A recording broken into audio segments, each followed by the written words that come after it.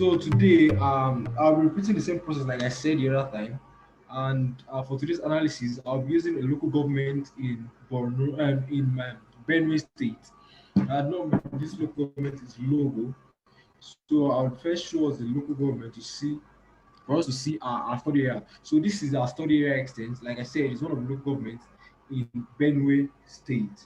So first thing first, I'll be talking about. I'll be bringing in the DEM data that we'll be using for this analysis. The DEM data that I'll be using for this analysis is the SRTMDM for Nigeria. If you can see my screen, you would notice that there's this folder I have here. So I'll be Yes. adding this data to my Arcmap screen. Okay.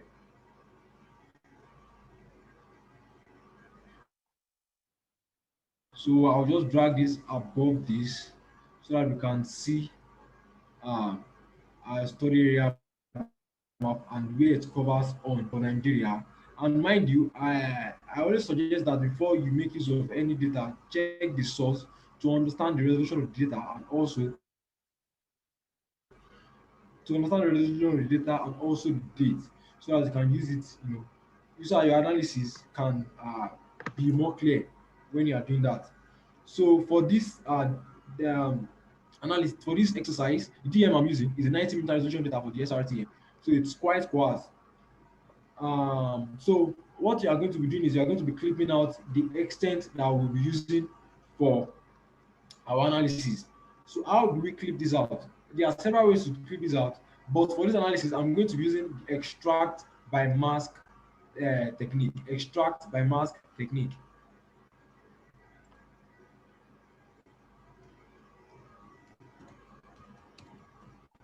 So for on your app map, if you're not familiar with the app toolbox, you can always use the search option. So how do you use the search option? You go to this search Control F.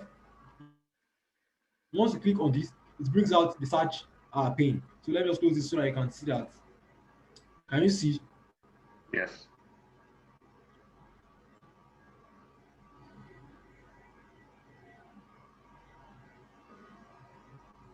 So yes, I'm going to be using my extract by mask under special analyst tool. So I click on this.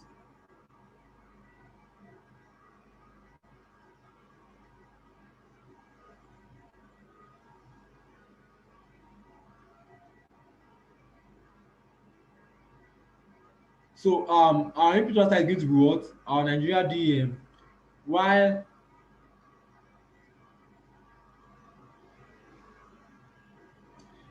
it's loading, so wait for that.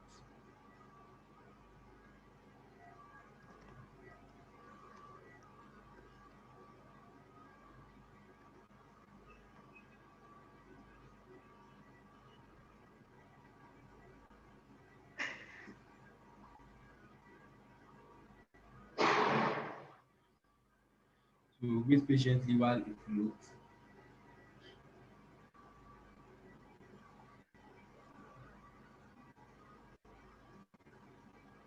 Okay, perfect. So we input our logo LGA as our input future mask data. Why do we use the extract by mask technique? The extract by mask technique allows us to be able to define the exact boundary of the data that we'll be needing for our analysis. It masks the data using the exact polygon boundary that of our area of interest. So every single cell within the uh, area of interest is recorded. So I'm going to save it as my logo DEM.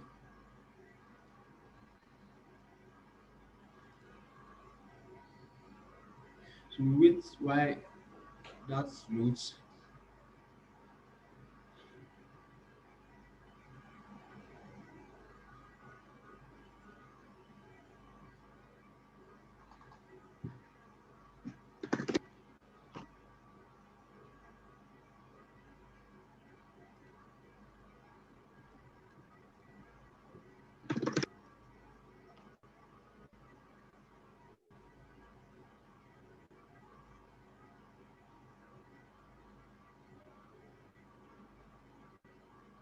Okay, beautiful. Now we have our DEM.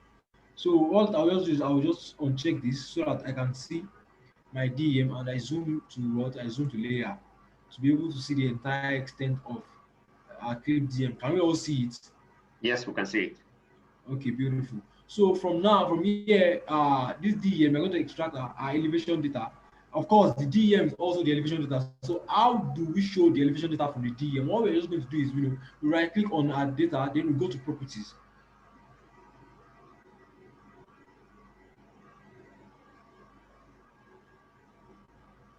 So from properties, we'll go to our symbology.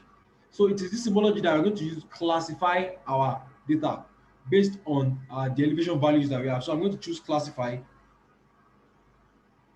and since the number of desired class I want is 5, so I'm going to uh, change the color ramp in such so that I'll be able to to give it more, to make it more distinct. So I choose a color ramp of that that shows a range of color between green to red.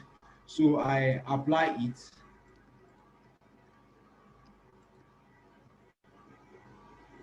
So we can see, so from this elevation data we can see that areas highlighted in green represent low elevation as compared to this value, while areas highlighted in red represent higher elevation.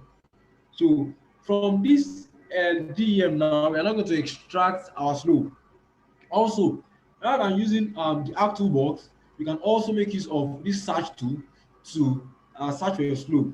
I want us to be very careful now because the slope we'll be using, I want us to take note of the slope we'll be selecting because there are lots and lots of them here.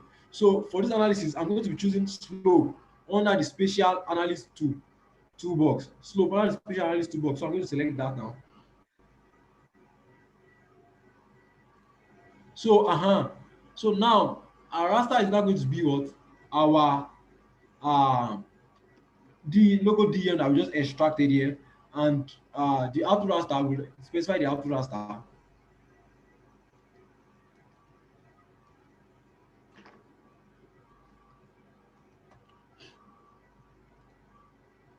Then we'll also change this Z factor to a thousandth of a degree.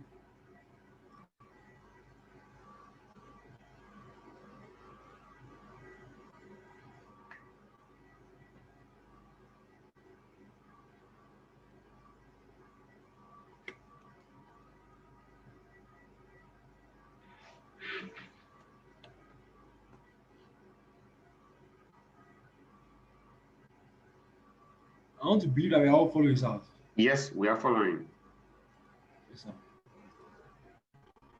Okay, now it gave me my slope in 9 or 10 different classes, but for me to find out, let me go to the symbology.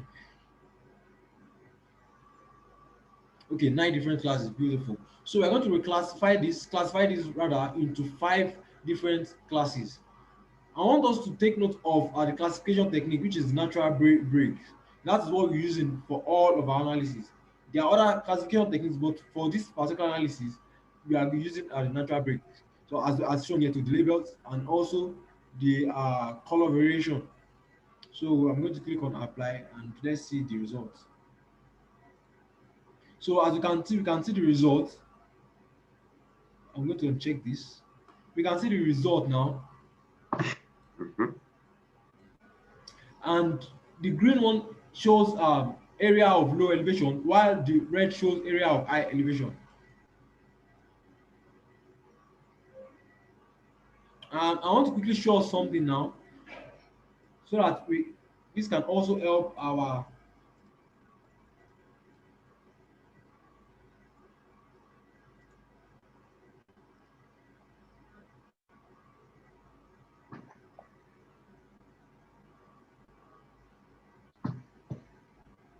So I'm going to under display. I just want to so that we can see the elevation uh, effect.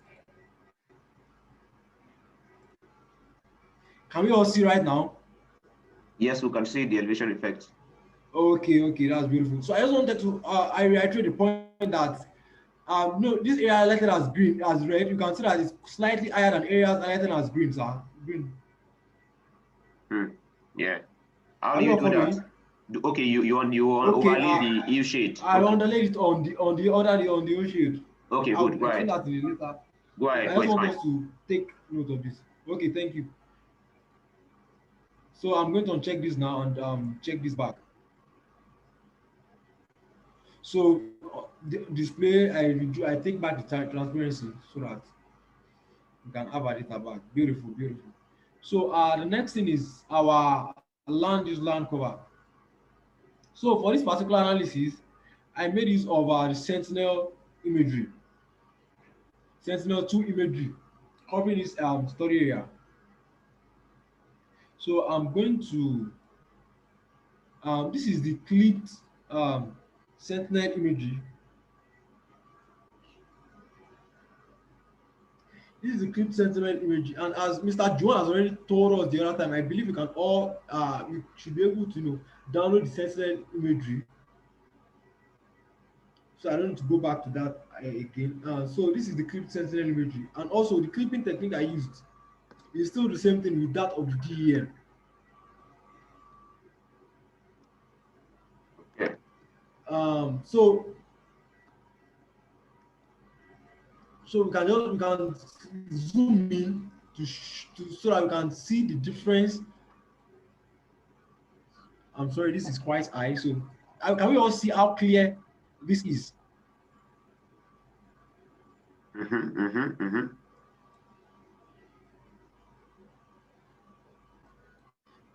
Yes, also, and something to note is this. For the Sentinel imagery, the first color composite is quite different from the Landsat. Both of them do both up to the Sentinel has 13 bands. For the sake of our time, I would have shown us the color composite, but I want us to just take note of this. For the first color composite of the Sentinel bands, for the Landsat image, you are familiar that band 2 is the blue band, band 3 is the green band, Yes. band 4 is the red band, and band 5 is the near infrared band. And for us to create the first color composite, you make use of the near infrared band, the red band, and the green band. While that is correct for Landsat, for Sentinel it's quite different. For Sentinel, band 2 is the blue band 3 is the green band 4 is red band, but instead of band 5 being the near infrared, no, in this case is different. Band 8 is the near infrared band. Band 8 of the Sentinel 2 data. We can corroborate this information if you check on Google. You will also see the list of bands. But take note, if you want to do your first color composite using Sentinel 2 imagery, it's going to be a combination of band 8, band 4, and band 3, which is the near infrared, red, and green bands respectively. Did you all get that? Okay. Band 8, band 4, and band 3. And band 3, yes, which is the near infrared, red, and green bands respectively. Okay. Yes, sir. So for the land use land cover, I made use of the maximum likelihood classification, and for me to do that, I have my classification tab here already. If you want to input this classification tab using your Arcmap, what you're just going to do is what? Right click on your standard pane, anywhere on this page, just right click your mouse, then you see this image classification from here. Just click on it, you check it. I will check it as it already left, so I check it back again, it appears on this place. So you are going to also note that for the image classification, you select the clipped composite band. The clipped composite band, that's what you're going to select. So we create what we call training samples. How do we create training samples? We make use of this polygon. So we draw. Okay, now from our image, you can well agree with me that this is a water body, a very big water body. This is a river Benue cutting across this local government. This is river Benue. So what I just is I'll select a polygon covering this area, and once I'm done selecting my polygon, I double click on it. Once I'm done with the selection, I'll go to this place, the training sample manager. The training sample manager is where you see your selected polygons. So once I click on it, I'll see okay, the polygon I selected earlier. This is where it shows right here. And once I click on it, it appears here. Are you all following? Yes, we're following you. Okay, okay, sir. So you can select as many as 20, 30, 20 samples so that it gives your analysis it gives your analysis more accuracy. So for the water body, you and also ensure that you cover the entire imagery. While selecting, don't just focus your don't just select the training samples from one particular point because sometimes the reflectance varies. For example, you notice that there are other water bodies in this imagery. Let me zoom into a particular layer so that you can see what I'm saying. This particular there is a particular river that flows and cuts into this place. I don't know if you can see that.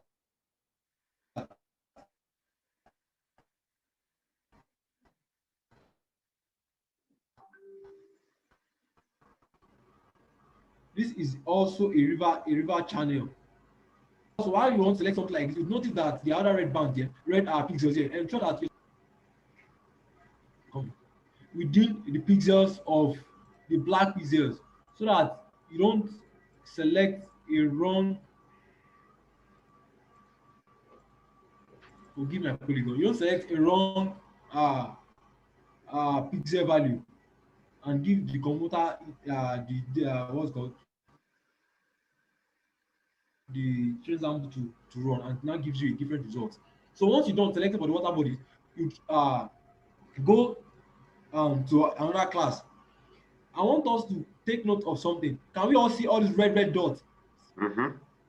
These red dots are individual tree canopies. This is to show us the power of or the resolution, the spatial resolution of the Sentinel imagery. For each band, it is 10 by 10 meter resolution as compared to Landsat, which is 30 by 30 meters. So we can see that this gives this has a higher spatial resolution, and this allowed us to be able to identify individual tree canopies distributed across the study area randomly. You can also see these are individual tree canopies. So for we'll also be selecting vegetation, and I believe that also because of the region we are dealing with, if it were to be the southwest where the trees are closely spaced, we can be able to deduce that okay, this is a thick forest or a light vegetation. So I'm going to select some bands here, select them randomly across my entire story area.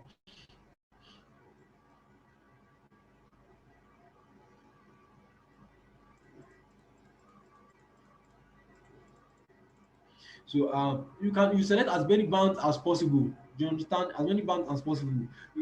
The also I believe you are all familiar with the reflectance of vegetation using the first color composite. It is red. It is red. The brighter the color, the more healthy the vegetation is. When a vegetation is very bright, when the color red is very bright, it shows that the chlorophyll content is high. And this can be seen in regions where water cuts across a particular area. For example, if you zoom into this particular portion of the Sentinel imagery, we would see that the vegetation here appears brighter than this one. I believe you are following. The vegetation appears brighter than these ones. This is to tell us that vegetation across a river channel absorbs more water, and this reflects in the color or the pigmentation of their leaves. Okay, so if you pick as many, try to pick as many points as possible, as many polygons as possible for analysis.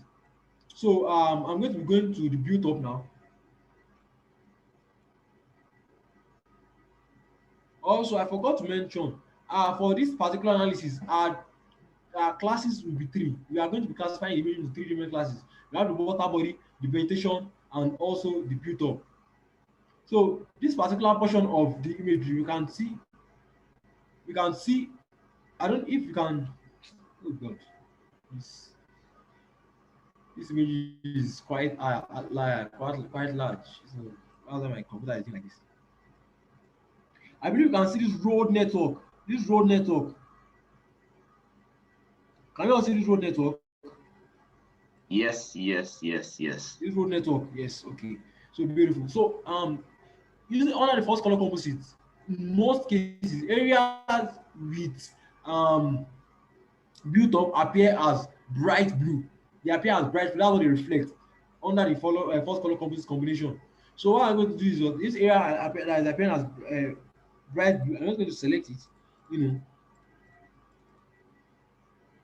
and also take note of something. Under the training sample manager, once you're done classifying a particular class, ensure that you rename it so that you don't mistake it for another one. So water body, I already took a class there. So for my vegetation, I took 3 classes. So I'm just going to click on one, then use my shift button on my laptop and select the other ones. So once I'm done selecting the other one, I will click on this one. This one is what to merge the training samples into one class. Once I'm done merging the training samples, I'm going to rename it to what my vegetation. So the same goes for the land, the built up too. Take as many samples as possible. You go across the entire imagery. You pick your samples. Don't just pick your samples in one particular location because the reflectance, like I said earlier, varies from each other.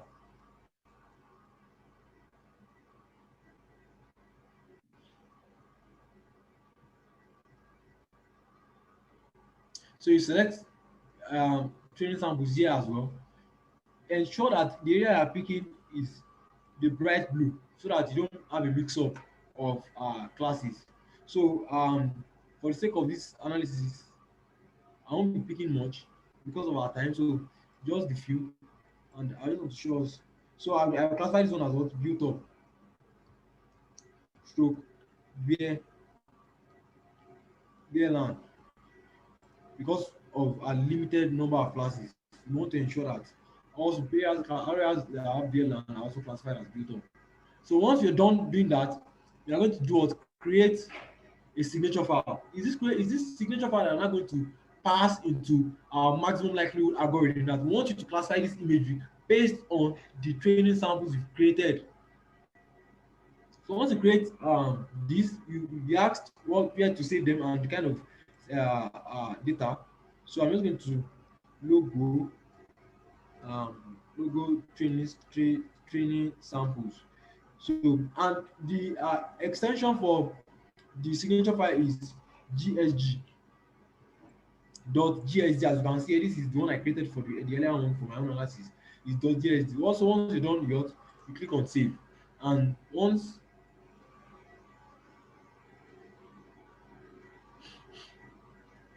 once the save, you close this.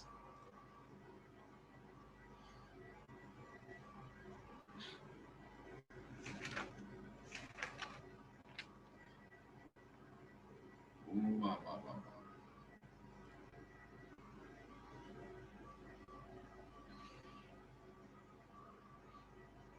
So we close that and we go to this classification. Under this classification, we click on this drop down arrow and we select our maximum likelihood classification.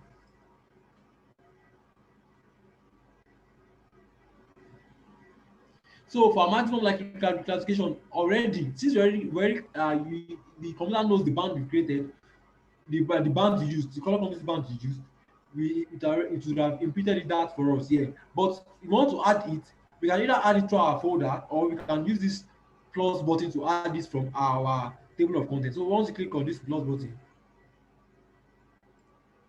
once you click on this drop down, you select the color composite. So click select the color composite. So and we've added it. Can we all see it? So I'll just remove one using this to select. So our EP signature file, remember I told us that the EP signature file is what we're going to tell the computer to classify our imagery based on. So just search for it. It's under my GRMI folder. So you just search for it and you open it and you you input it back in. All other values will be left at default. The rejection fraction, prior probability weighting, and all. So and also define the classified raster. So once you run the analysis and you selected your data very well, this is going to be this should be your result.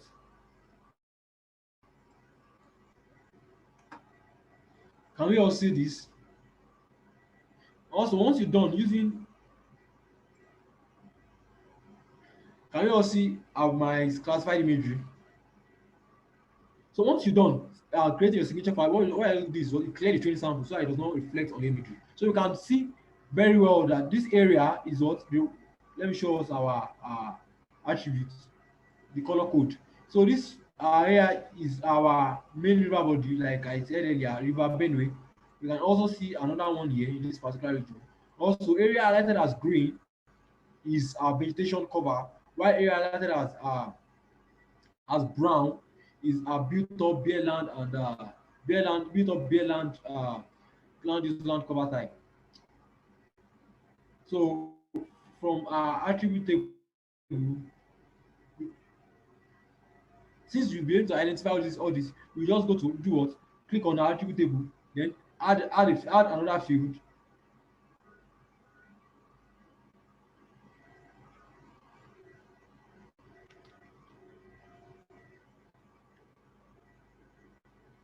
Wow, 9 minutes. 9 minutes left. So we click on add another field, and now this land cover type, else is type text. So for us to be able to add our our information, we would use editor, start editing, and we select the land use land cover that we just created.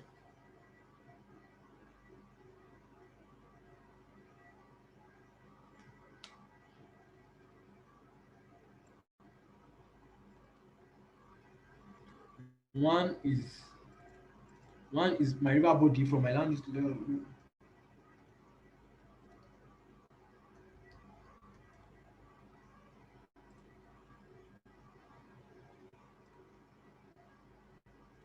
6 is my built up, while 128 is my vegetation. So once you're done, you save edit and you stop editing. So that's that about that. So now we've been able to uh, get our slope, our elevation, and our land use land cover. I believe we are all following and we all got it to this particular point. So the next thing is our rainfall data. So for this particular analysis, I I created hypothetical rainfall points covering the entire study area. So I manually digitize this rainfall point to ensure that the points are equally sparsely distributed across my study area. So for before we do our interpolation, I want us to just check the rainfall data. We'll see this is the hypothetical rainfall measurement annually in millimeters. So you can see how many points there are 10 points covering the entire study area from 0 to 9. 10 points, and these are the rainfall values in millimeters. So for this analysis, I made use of the interpolation technique under the geostatistical analysis tools. How do I navigate to geostatistical analysis tool? You click on this arc toolbox here. This is what the arc toolbox. Once you click on this, it will open, and once it opens, you go through your geostatistical analysis tools, and you click on this plus icon, and it will you see interpolation toolbox here. You click on this interpolation toolbox, then you see the IDW, inverse distance weighting. It's an interpolation technique. So what I do is I just open this inverse distance weighting.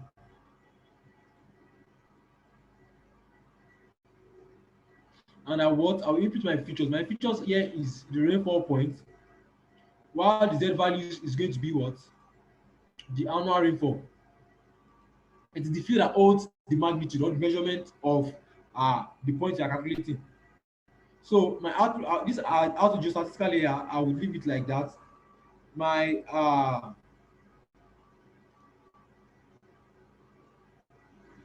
my output layer is the uh, rainfall distribution. I would save it as rainfall distribution.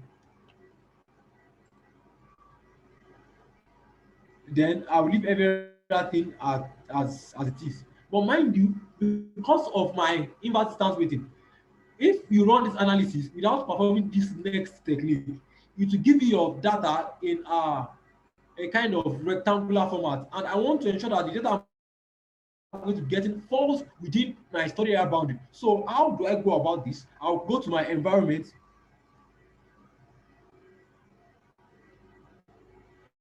So under my environment, I'm going to change the processing extent, this processing extent, to be same as my local LGA, so that the processing extent is going to be confined within the boundaries of my local LGA.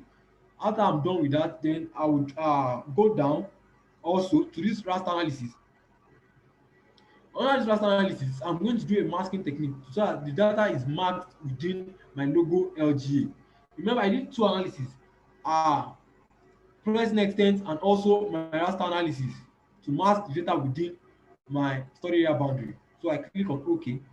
Since I've done that, and I click on OK, and wait for the output. As you can see, it's already loading.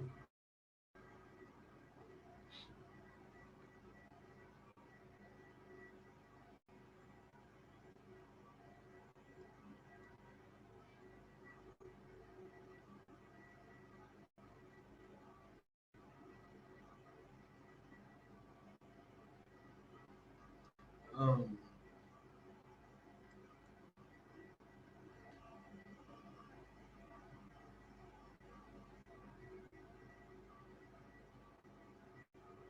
so we can see the results. Hello, I believe you can all see this. So the rainfall distribution, you can see the results. So once I bring this is my rainfall point, I can just overlay it. My rainfall point, okay. So I just drag it up above the this.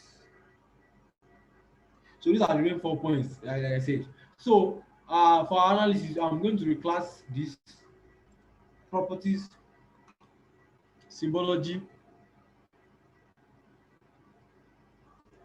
5 classes. You click on classify. Also, we can alter these labels to just show values, just show the value without showing the decimal place. So I just click on right click on my label. Right, let's click on my label. Go to format labels, then change the rounding to how many significant figures are here? 4. Let's input 4, and you can see it. This is our analysis. So I click on apply, and beautiful. This is it. These are 5 classes. This shows this area has higher rainfall values than this region. So now we've been able to do our slope, elevation, rainfall data, and also the land use cover. The next thing is our river body. So for this analysis, we are going to be using two different river analysis. The first is our big river, main river, as shown in the particular image the Sentinel imagery I showed earlier. So I'm going to uncheck this and check it. So this is our large river covering the entire story area. So after that, then I'm not going to show us another one. This is for this smaller river. So for the smaller river segment, I used the hydrological analysis tools to delineate my stream, my the stream network in the story area based on the elevation of the story area. How did I go about this? I'm going to be showing you this in the next few minutes. So what I did is, since I have my elevation data, I'll just bring in my logo DEM that we did earlier, the logo DEM that we did earlier. So, and this is what I'm going to be using for my analysis. So I'm going to go to my R toolbox. Under my R toolbox, I'm going to go to Spatial Analyst tool. Under the Spatial Analyst tool, I'm going to go to the Hydrology toolbox. Hydrology toolbox. So this is where I'm going to use to calculate the entire process. So first thing first, I'm going to calculate I'm going to do the field analysis. What does the field analysis do? The field analysis helps us to correct for sync errors that are present in our DEM, our digital elevation uh, uh, model. So I will put my surface raster, which is the logo DEM, then my output raster. I'm just going to name it as logo field.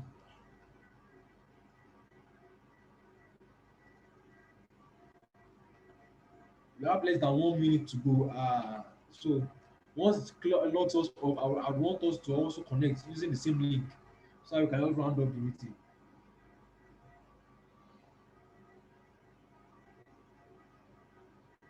So we wait for our data to load, and once you do the analysis,